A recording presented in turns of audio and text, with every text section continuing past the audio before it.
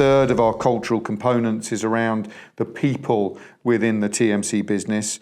It was a gap of 1.09, or about 22%, between the importance that the buyer places on the people culture within TMCs versus the reality of how that people culture is then delivered as part of the service. And so I guess let's start with the why. Why do we think that exists? There may be some of the components we've already talked about in the last 5 episodes, but anything that immediately kind of springs to mind when we think about people within TMCs?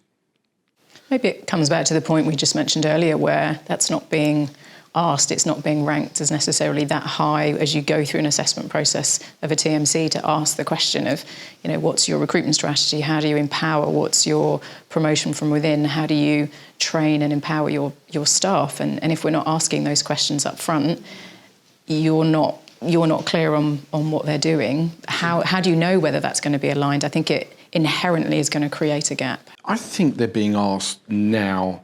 I think they're a key and fundamental part. From what I see across the community, it's a really key, important part that they're asking of their TMCs, what's happening about your recruitment? What are you doing about bringing new talent on board? Which, as I mentioned earlier, is a real fundamental issue we have in this industry.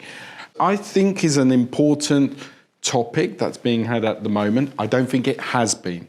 But I would be looking at, if anybody is thinking that they are not meeting the expectations that they've set around the people side of things, I would be dialing into the TMC's people strategy and saying, what environment is the TMC creating for their people? Are they embracing the new world of work? Are they equipping them with knowledge and information through regular communication? Are they doing the training and development? What's the TMC's recruitment strategy? Do they embrace values and culture into their recruitment so that when they're bringing people in, they fit the kind of culture that they're trying to represent? I think a lot more due diligence around the people strategy in order to rectify that gap within the relationship that you're existing within. So you've got an existing relationship between a TMC and a corporation.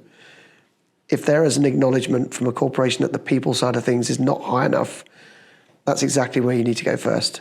And if at the end of that you're not satisfied with the answers, create a change, because TMCs are a people business, fundamentally. Technology enables them for sure.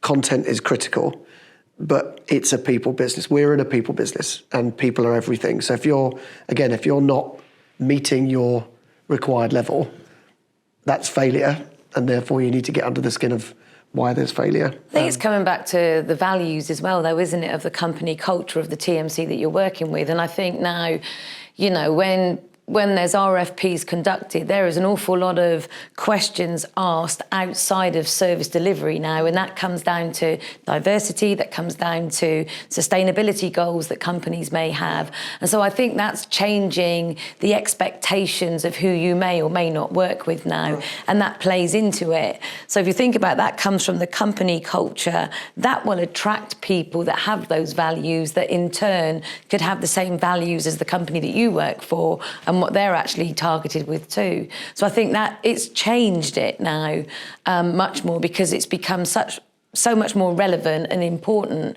in all companies. How are you an employer of choice?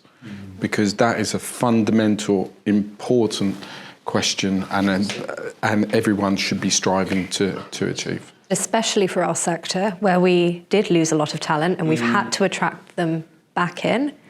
And we have to continue to build that high talent density within the organisation. Being that employer of choice is absolutely critical. Do you think we're doing a good job at attracting new people into the sector? Is there any sense of that? I think we need to change the talk track, though. If we're going to continue to talk about compliance, online booking tool adoption, then who the hell's going to get excited about that to come into this industry? Yeah. It has to be talking about sustainability and the types of roles there are around that. It needs to be talking about the alternative technologies that are out there. The talk track has to change, because otherwise there is nothing to make somebody very excited about joining this industry. Yeah. I'll talk specifically about something that we've done, purely because to connect with that point, in running an apprenticeship program, which is something that we do, and a number of companies are doing it across the industry. You have to change the talk track to attract the talent into the apprenticeship schemes. Now, all of the kind of components of what we talk about in terms of digital tools, offline point of sale, the content that we manage, duty of care, compliance, all of those things are crucial components of what we do from a governance perspective. But in terms of attracting new talent into the industry, you have to kind of be able to present a more compelling, more rounded proposition, and that's what attracts them in, you're right. How do you bring wow back into the industry to attract, for exactly the point you mentioned, Karen, that this industry has real huge opportunities? We've got some of the most attractive brands on the planet sat within our industry, and we enable one of the most magical things, which is about moving people around the world. So when you get new talent in and you open up that world of opportunity, it is actually magical to see. We just need to do more of it. We just transferred somebody from our sustainability team into our team, and the excitement that she has about being in this industry now is wonderful to watch. And she didn't really know what to expect. But, Scope 3 emissions is massive in the travel industry, and she's come in and brought expertise that we didn't have and don't know, and really helped us. But actually, it's seeing her response to being part of that as well. It instills me with encouragement, shall we say, for our industry, for sure. And I think we're going to go through the fastest pace of change that we have probably seen in this industry over the next couple of years. It will, with AI and everything else that is coming in, it's going to be fast, it's going to be incredibly exciting, but absolutely we've got to be agile, we've got to keep pace, and that will make it far more attractive to a whole new, wider demographic that will come in that hasn't experienced the corporate travel industry of old previously. We're definitely evolving.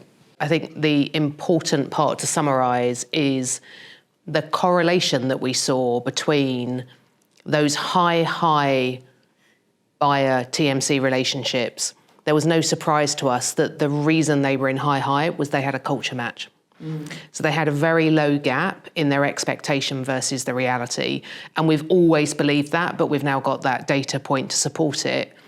And I think the piece I would summarise here is, why is this important? Because it's the foundation of high-performing teams, which we've spoken about a few times today. And I was thinking today, coming here, like, why are high-performing teams important? And the words that I was coming up with were they're efficient, they're effective, and they're enjoyable.